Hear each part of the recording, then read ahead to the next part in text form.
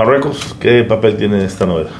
Mi padre sale de Valencia y en un barco cruzan el Mediterráneo, en un barco, digamos, donde cabían 200 personas, iban 3,000 en el barco. Se llamaba Stanbrook, se llamaba el barco.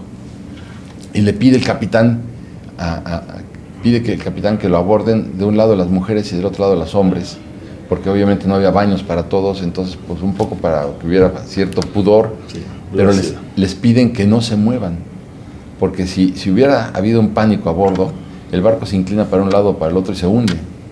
Entonces piden que durante la travesía nadie se mueva. Pero entonces cuando empieza a salir el barco, empieza a correrse la voz de que puede haber un submarino alemán que hunda el barco. Entonces se crea un pánico espantoso, no te podías mover, pero sí el pánico de que de repente vieras venir una línea blanca abajo del agua, que era un torpedo, y entonces pues adiós, ¿no? Y después de esto entra en su segundo miedo. Dicen que el capitán del barco es un tramposo que los va a llevar no a Orán, o sea, del otro lado en Argelia, sino los va a llevar a las Baleares, que es donde los está esperando las tropas de Franco para matarlos a todos. Entonces dicen, caímos en una trampa y no se podían mover en el barco. Y se crea una exaltación tremenda, quieren subir los republicanos a matar al capitán, pensando que efectivamente se trataba de... Y le dijo, créanme que no. Entonces, ¿por qué hace usted tanto zigzag en el viaje? Dice, es que hago mucho zigzag porque quiero evitar los submarinos alemanes. Quiero evitar que nos vayan a torpedear, por eso los quiero confundir, eso es todo. Llega a Orán y él cree que al llegar a Orán se acabó el conflicto y sin embargo ahí lo arrestan a mi padre y lo meten en un campo de concentración para construir el ferrocarril transsahariano que iba de Casablanca al Cairo para transportar materias primas para el ejército alemán de Rommel, que te acuerdas, que estaba en aquella parte del mundo. Y entonces, imagínate lo que era trabajar a 50, 55 grados a la sombra, con un martillo. ¿De qué edad estás hablando tu papá a esa edad? O sea... 23 años tenía, sí, 23 años. Pero mi papá nunca me quiso contar nada de eso. Jamás nos contó nada de esto. O sea, tú a raíz de la plática contigo, Klaus, vas estirando la hebra como historiador, sí, y te vas metiendo a los archivos, vas encontrando gente, todo lo que aquí vas narrando, porque vienen muchas narrativas así muy, muy directas. Sí, claro, sí. Son narrativas que tú recoges en los diferentes pueblos, lugares, o sea, tú recreas esos recorridos. Sobre todo ya cuando pasó esto, yo empecé a hablar también con los amigos que todavía vivían de mi padre y con familiares, y me dieron mucha información que yo a su vez seguí tirando ya en España. También fui a España, en donde me la pasé enfermo todo el tiempo. No podía con la emoción. Me enfermé de todo, Ramón, absolutamente de todo lo que te puedas enfermar. Por estar haciendo esa catarsis. Sí, esa catarsis, y por estar buscando la información y los datos. Mi padre entonces se queda durante 4 meses en Orán construyendo el ferrocarril. No tengo el dato exacto de por qué logra que lo liberen, pero era un hombre muy, muy ingenioso, y yo creo que se las arregló para llegar a Marruecos. Y de ahí brinca a México. En Marruecos se hace multimillonario. No hablaba árabe, no hablaba francés, y se hace multimillonario en cuestión, pero cuando digo multimillonario, es multimillonario. Yo estuve en su casa y fui con él, a la casa que él tenía, y fui a las empresas que él tenía.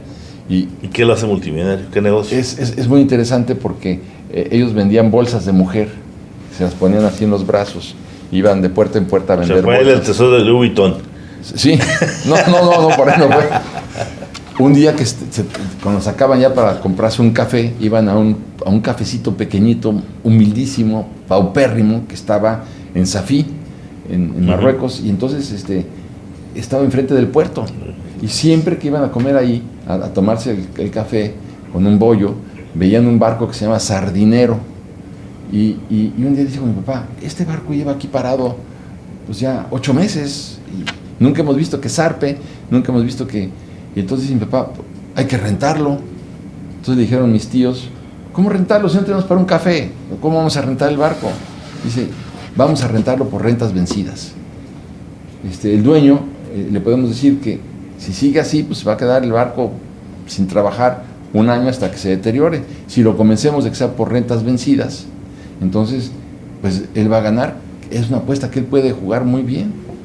Total que dos no querían, uno sí quería y van a hablar con el dueño, lo localizan, vendía telas en el centro de Safí y sucede que este señor, a su hijo lo habían matado los franquistas en la guerra del Rif, esa guerra espantosa que libró, que querían la independencia a los marroquíes, los españoles no se la quisieron dar en el Marruecos español y mataron, Franco mató a una gran cantidad de marroquíes.